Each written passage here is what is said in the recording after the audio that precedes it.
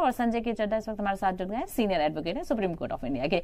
आप संजय के चड्ढा जी से भी समझते हैं। संजय के चड्ढा जी, कहा जाता है कि संविधान है तो सब कुछ है, संविधान है तो हर एक हिंदू, हर एक मुसलमान सुरक्षित है, लेकिन इस तरह के कानून जिनको लेकर अभी तक विश्वास नहीं बढ़ रहा है, कहां कमी नजर आती है और कॉन्स्टिट्यूशन इस हवाले से क्या कह रहा है? क्या वाकई में मुसलमानों को इससे डरना चाहिए? क्या इसका इस्तेमाल सिर्फ सियासत और नेता लोग करते हुए नजर आ रहे हैं और सच्चाई कुछ और है? संविधान क्या कुछ कहता है?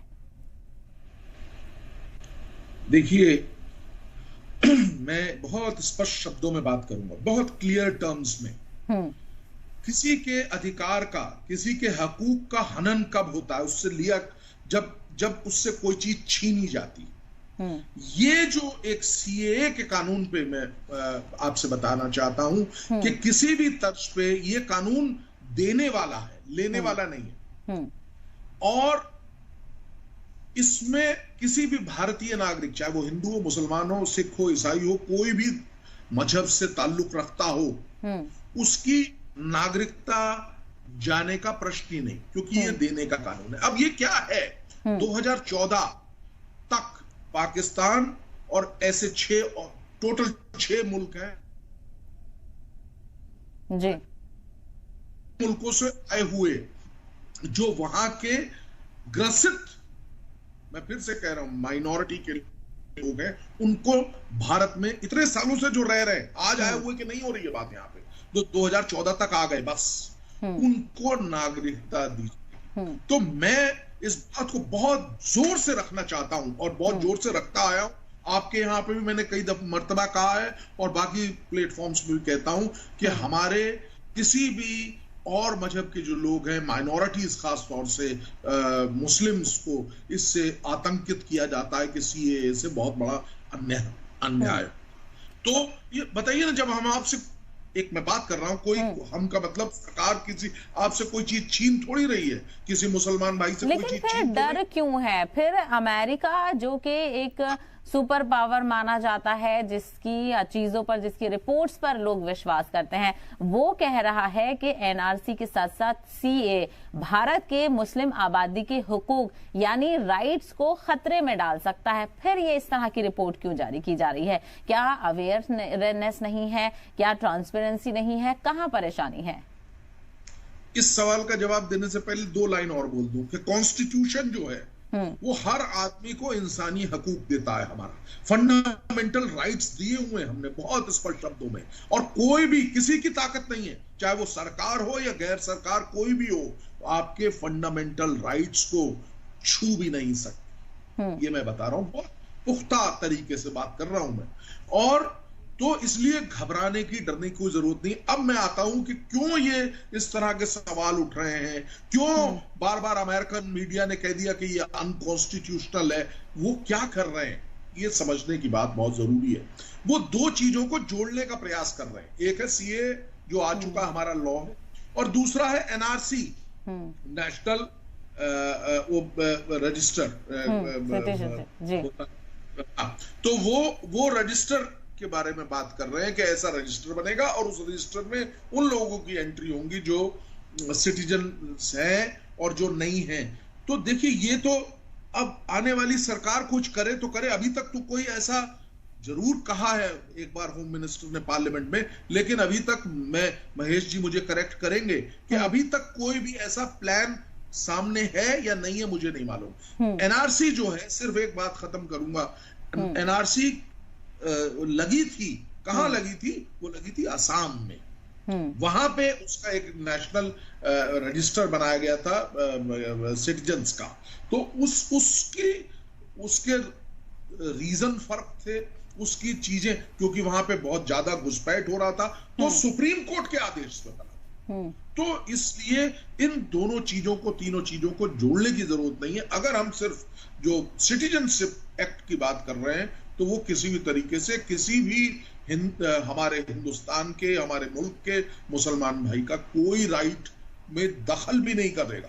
पहली चीज, एनआरसी का अगर प्रोजेक्ट है तो उसको उस वक्त हम लोग बात करेंगे जब वो प्रोजेक्ट आएगा। प्रेजम्पशन और अजम्पशंस के आधार पर बात नहीं की जा सकती। और एक आखिरी बात, हमारी जुडिशरी, हमारा जो जो जो आईन है वो इतना सख्त है कि किसी में इतनी ताकत नहीं है कि किसी के अधिकार को ले जाए। अब महेश भाई मेरी बात से 100% राजी होंगे, आप पूछ लीजिए। बिल्कुल, वो तो राजी होंगे क्योंकि उनकी पार्टी की तरफ से लाया गया। लेकिन आप एक कानून के जानकार हैं, आप अगर ये बात कह रहे हैं तो कहीं ना कहीं ये बड़ी बात है और शायद लोगों का विश्वास भी बढ़ेगा, क्योंकि जिस तरह से सीएए को लेकर मुखालफत देखने को मिल रही है वो कई तरह के सवाल खड़े कर रही है, और ऐसे रिपोर्ट जब सामने आती हैं तो लोगों को कहीं ना कहीं एक सपोर्टिंग स्टेटमेंट मिल जाता है। बहरहाल संजय के चड्ढा जी, जिस तरह से हम देख रहे हैं इस सीए मामले को लेकर लगातार मुखालफत देखने को मिल रही है, सवाल वही फिर से बरकरार है कि बहुत सारे लोगों के मन में एक डर है कि मुसलमानों को इसमें शामिल क्यों नहीं किया गया। उसकी बड़ी वजह आपको क्या समझ में आती है? क्या ऐसा हो सकता था कि सरकार इन चीजों पर गौर कर सकती थी? क्योंकि अगर शरणार्थियों की बात हो रही है तो वो सभी तरह के हैं। आपने एक बड़ा जायज सवाल पूछा और एक बात मेरे पिछले इंटरेक्शन में रह गई जो मैं बताना बहुत जरूरी समझता हूँ। देखिए, ये कानून जो चेंज हुआ है ये अभी सुप्रीम कोर्ट के सामने पेंडिंग भी है। अगर सुप्रीम कोर्ट इस चीज से आप एक मत है, वो कहती है कि कोई अन्याय हो रहा है, इक्विटी किसी की जा रही है और ऐसे ऐसे, तो वो एक बात सबके जहन में रहनी चाहिए जो लोग इसको चैलेंज करने की बात कर रहे हैं। अब आप कह रहे हैं कि आपका जो अभी सवाल है वो ये है कि क्यों मुसलमानों को सीएए से अलग रखा गया है। तो देखिए क्या होता है, आर्टिकल 14 के तहत जैसा जो प्रोविजन है वो मैं बताता हूं। 2 रिक्वायरमेंट है, वेदर लॉ जो है वो सही है कि नहीं इसकी चेक करने के लिए। तो पहली रिक्वायरमेंट है कि एक अगर रीजनेबल क्लासिफिकेशन बना के, एक तो सबसे पहली रिक्वायरमेंट ब्रॉड है कि सबके साथ बराबर का ट्रीटमेंट होना चाहिए, पहली रिक्वायरमेंट। दूसरी ट्रीटमेंट, इसकी एक एक्सेप्शन है कि कब आप किसी व्यक्ति को एक स्पेशल ट्रीटमेंट दे सकते हैं, जैसे कि एक example affirmative action. Affirmative action के तहत हमने एक तबका जो दबा रहा कई सालों तक, उसको हम अब रिजर्वेशन से ऊपर अपलिफ्ट करने की बात करते हैं। तो इसी का एक और एग्जांपल है ये सीएए। सीएए में वो जो 6 माइनॉरिटीज जो उन 6 मुल्कों में हैं, उन माइनॉरिटीज को बेसिकली रिलीजन के आधार पे डिफरेंशिएट किया गया है। क्या अब सुप्रीम कोर्ट इस सवाल को खास तौर से डिसाइड करेगी, क्या ये इन रिलीजियस माइनॉरिटीज जो उन मुल्कों में है, Pakistan, Bangladesh, Afghanistan and so on so fourth, वहां पे जो मुल्क में जो माइनॉरिटीज हैं वो क्या एक रीजनेबल क्लासिफिकेशन के तहत अलग से क्लास बनाती हैं जिनके लिए अलग से कानून बनाया जा सकता है? तो ये सवाल अभी सुप्रीम कोर्ट के आगे पेंडिंग है। तो बट मेरे से अगर आप पूछे, मुझे ऐसा लगता है, मेरा छोटा विवेक है, हो सकता है मैं गलत भी हूं, कि मेरे ख्याल से ये एक अपने आप में क्लास बनती है। ये क्लास क्योंकि उत्पीड़ित माइनॉरिटीज, ये उन्होंने इस तरीके से क्लास बनाई। अब आ जाते हैं आपका, मेरे ख्याल एक तीसरा विंग और भी था, मैं भूल गया, पूछिए एक बार फिर से तो मैं बताऊंगा। यही सवाल था कि क्या जो लोग इसकी मुखालफत कर रहे हैं उनके मन में जो एक सवाल था कि चूंकि इसमें साफ है कि मुस्लिम इसमें इंक्लूडेड नहीं है, उनको नहीं दी जाएगी शहरियत, तो इसी वजह से ये मुखालफत हो रही है, तो क्या उनको शामिल किया जा सकता था? जी, मैंने वही आपसे बताया, क्लासिफिकेशन वाली बात वो मैंने बताया। अब क्या होता है, जब एक कानून बनता है, सरकार की 2 ड्यूटी है।